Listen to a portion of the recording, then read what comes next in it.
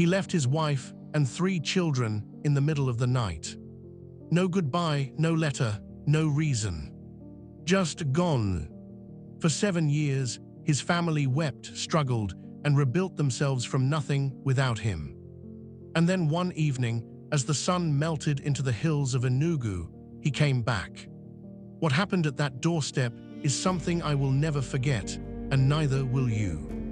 Welcome to African Wisdom Tales, where the ancient stories of West Africa carry lessons that cut straight to the heart. If you're new here, subscribe now and tap the bell. New stories every week. Now let us go back to the beginning. His name was Emeka. But for 7 years, Emeka was nowhere to be found. He had grown up in a modest compound in Enugu, the city of coal and red earth, where the Milliken Hill winds carry the smell of rain long before it arrives. He married young to a woman named Adaeze, gentle, hardworking, faithful. Together they had 3 children, a boy and 2 girls. But Emeka carried a sickness that had no herb for a cure. He was ashamed. Ashamed of his poverty. Ashamed that his mates drove cars while he rode a bicycle. Ashamed that his children wore patched uniforms to school. Ashamed to look Adaeze in the eye after another market day with empty pockets. And so one night, rather than face his shame, he ran from it. He told himself he would go to Onitsha, make money, and return to a new man. He never sent a word. Adaeze woke to an empty bed and a house with no explanation.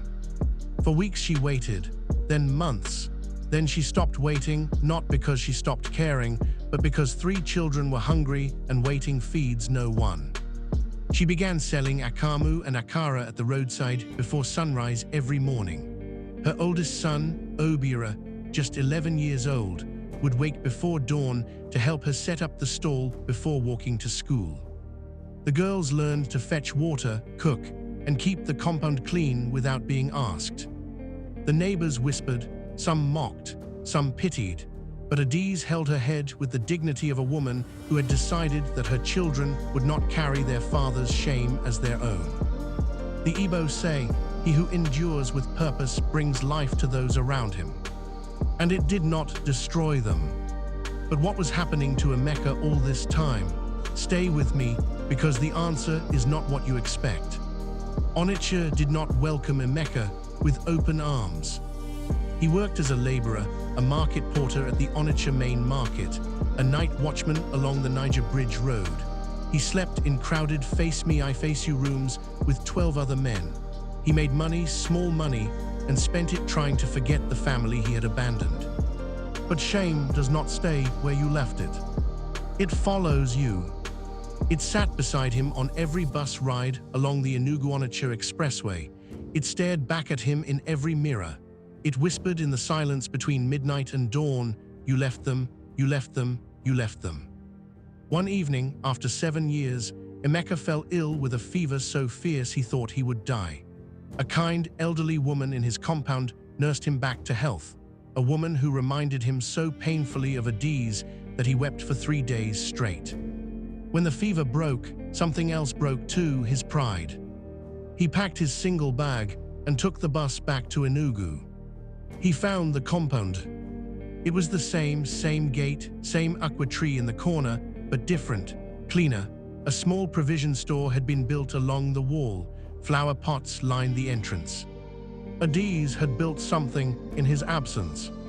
He stood at the gate for a long time, long enough for Obiora, now 18, tall and straight as a young obechi tree, to step outside and see him. The boy looked at his father for a long, silent moment.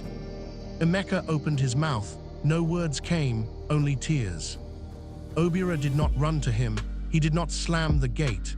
He turned slowly and called inside. Mama, there is someone at the gate. Adaeze came out. She looked at her husband, this smaller, grayer, broken version of the man who had vanished, and she was quiet for a very long time. Then she said 6 words that carried the full weight of Igbo wisdom. He who has returned still lives. She did not throw open her arms. She did not slam the gate. She simply stepped aside and left the choice of what came next entirely to him. The Igbo teach us that shame is one of the heaviest loads a person can carry, heavier than poverty, heavier than hunger, because shame convinces you that running is the same as solving. It is not. Emeka ran for 7 years and arrived back at the same door, except now the damage had roots. But Adaeze's 6 words hold a lesson for all of us. Second chances are not given freely, they are offered quietly with a stepped-aside door. What you do next is entirely your own. The question is never whether you can return. The question is, what kind of person do you return as? Some of us are Emeka, running from something we should face. Some of us are Adaeze, holding everything together while someone else falls apart. And some of us are Obiora, watching quietly, deciding what kind of person we will become because of what we survived. Whichever you are today, this story was for you. If it moved you, share it with someone who needs to hear it. Subscribe to African Wisdom Tales, new stories every week, rooted in the wisdom of Africa. And tell me in the comments, would you have opened that gate?